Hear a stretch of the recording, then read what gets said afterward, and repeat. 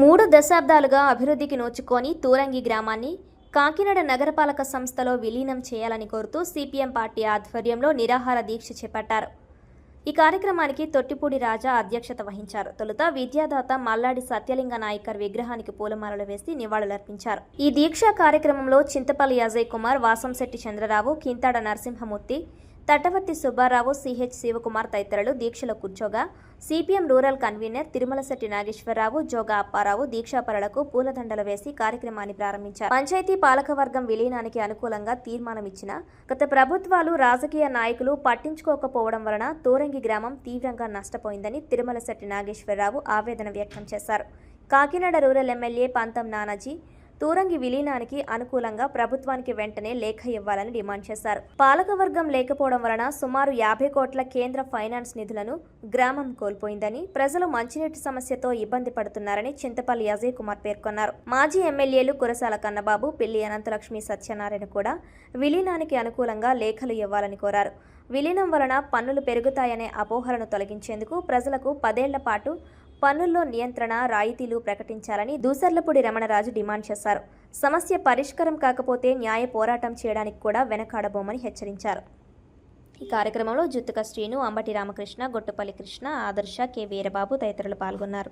Party Kakinada rural మండల committee ఆధ్వర్యంలో తూరంగిలో 2వ దఫగా నిరాహార దీక్ష శిబిరం సిపిఎం పార్టీ నిర్వహిస్తుంది.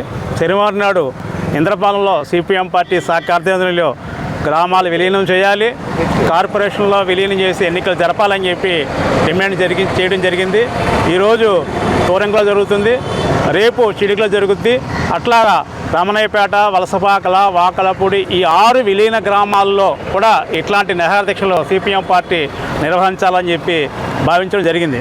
దాంట్లో భాగంగా ఇప్పటికే ఈ అంశం రాష్ట్ర ప్రభుత్వం ముందు, రాజకీయ నాయకుల ముందు, అందరి ముందు నోట్లో నాలుకలు నలుగుతుంది.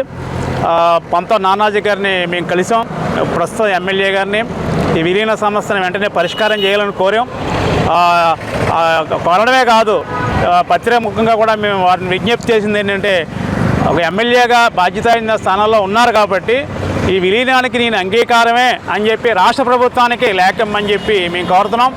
ఇది రాజకీయ నిర్ణయం, ఇది రాజకీయంగా రాజకీయ పార్టీలు నిర్ణయం తీసుకోవాల్సినటువంటి అంశం ఇది. అంచేత రాజకీయ పార్టీలుగా ప్రజల్లో చలామణి అవుతున్నటువంటి కూటమి నాయకులు కానీ, ప్రతిపక్షం ఉన్న వాళ్ళు కానీ ఈ రాజకీయ నిర్ణయాన్ని విలీనానికి మేము హమ్మతమే అని చెప్పి కన్నబాబు గారు పత్రికా ముఖంగా వాళ్ళు ప్రకటించాలి.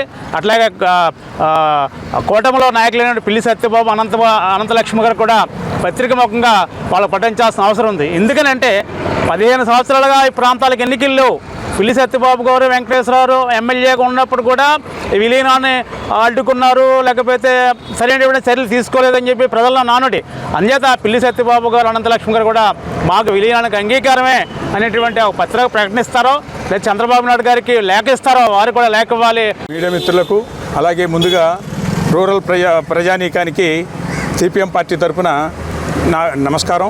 ముఖ్యంగా ఏంటంటే, మనకి 15-16 సంవత్సరాలుగా ఎన్నికలు లేవు, మన గ్రామాలకు ఎన్నికలు లేవు. గ్రామాల్లో ఎన్నికలు లేక, అట్లాగే ప్రజా పరిపాలన లేక అభివృద్ధి అంతా కూడా కుంటుపడిపోయింది.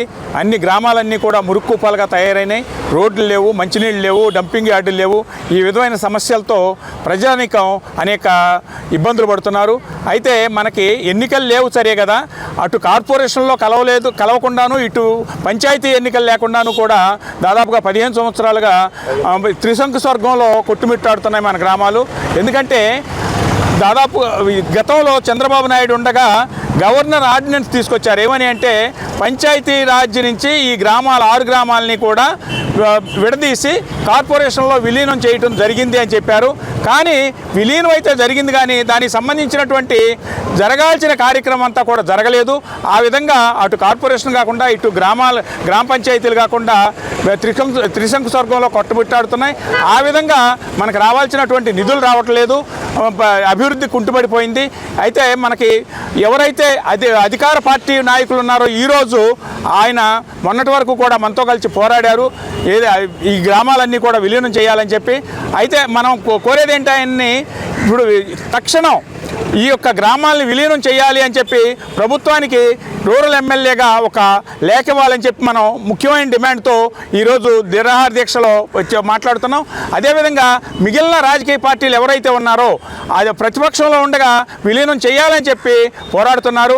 అధికారంలోకి వచ్చిన తర్వాత వాళ్ళ స్వలాభాల కోసం ఈ యొక్క అభివృద్ధిని మర్చిపోయి ప్రజల్ని పక్కదోవ పట్టిస్తున్నారు. ఎన్నికలు జరుగుతాయంటున్నారు. అయితే మనకి ఎట్టి పరిస్థితుల్లోనూ కూడా గ్రామాలకి ఎన్నికలు జరిగే అవకాశం లేదు కాబట్టి విలీనం ఒక్కటే మార్గం.